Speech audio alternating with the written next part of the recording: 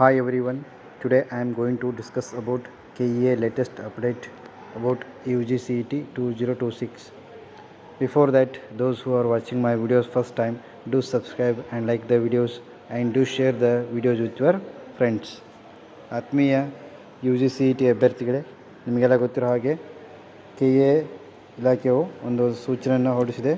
ಅದೇನೆಂದರೆ ನೀವು ನೋಡ್ಬೋದು, ನೀಟ್ ಪರೀಕ್ಷೆ ವಿಳಂಬ ಹಿನ್ನೆಲೆಯಲ್ಲಿ ಇಲಾಖೆಯು ತಾಂತ್ರಿಕ ಹಾಗೂ ವೈದ್ಯಕೀಯ ಸೀಟುಗಳನ್ನು ಪ್ರತ್ಯೇಕವಾಗಿ ಹಂಚಿಕೆ ಮಾಡುವಲ್ಲಿ ನಿರ್ಧಾರವನ್ನು ಮಾಡಿದೆ.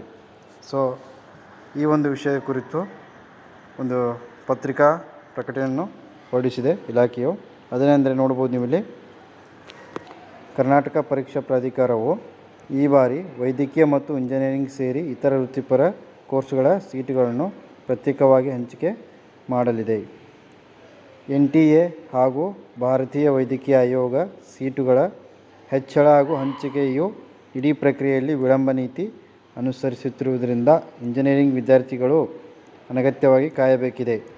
ಸೊ ಹಾಗಾಗಿ ಇದೇನಾಗ್ತದೆ ಅಂದರೆ, ಇದು ಶೈಕ್ಷಣಿಕ ವರ್ಷದ ಏರುಪೇರಿಗೂ ಕಾರಣವಾಗಿರುತ್ತದೆ ಎಂದು ಅಭಿಪ್ರಾಯಗಳು ಕೇಳಿಬಂದ ಹಿನ್ನೆಲೆಯಲ್ಲಿ ಈ ನಿರ್ಣಯ ಕೈಗೊಳ್ಳಲಾಗಿದೆ.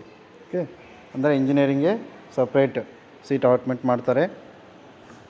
ವಿದ್ಯಾರ್ಥಿಗಳು ಅಲ್ಲಿ ಜಾಯ್ನ್ ಆಗಬೇಕಾಗ್ತದೆ.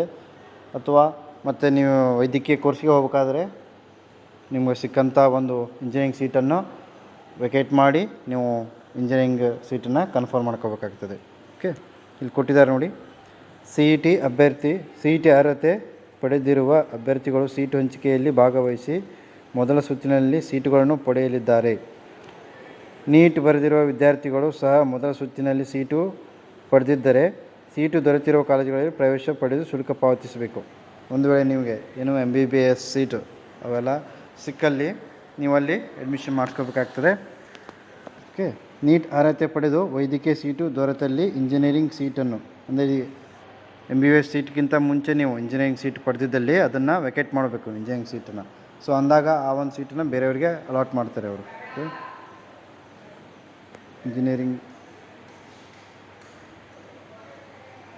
ಸೀಟನ್ನು KEಗೆ ಹಿಂತಿರುಗಿಸಿ ವೈದ್ಯಕೀಯ ಸೀಟು ಪಡೆಯಬೇಕಾಗ್ತದೆ. ಓಕೆ, ಒಂದು ವೇಳೆ ವೈದ್ಯಕೀಯ ಸೀಟು ದೊರೆಯದಿದ್ದಲ್ಲಿ, ಅಂದರೆ ಮೆಡಿಕಲ್ ಸೀಟ್ ನಿಮ್ಗೆ ಅಲಾಟ್ ಆಗಲಿಲ್ಲ ಅಂದರೆ ಇಂಜಿನಿಯರಿಂಗ್ ಸೀಟನ್ನು ಅಥವಾ ಪಶು ವೈದ್ಯಕೀಯ ಸೀಟುಗಳನ್ನು ಉಳಿಸಿಕೊಳ್ಳಬಹುದೆಂದು ಇಲಾಖೆಯು ತಿಳಿಸಿದೆ.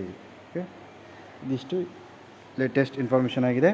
ಸೊ ಹಾಗಾಗಿ ಇಂಜಿನಿಯರಿಂಗ್ ವಿದ್ಯಾರ್ಥಿಗಳು ಯಾವುದೇ ರೀತಿಯ ಆತಂಕ ಪಡುವ ಅವಶ್ಯಕತೆ ಇಲ್ಲ. ನೀವು ಕೌನ್ಸಿಲಿಂಗ್ ಪ್ರಕ್ರಿಯೆಯಲ್ಲಿ ಭಾಗವಹಿಸಬಹುದು.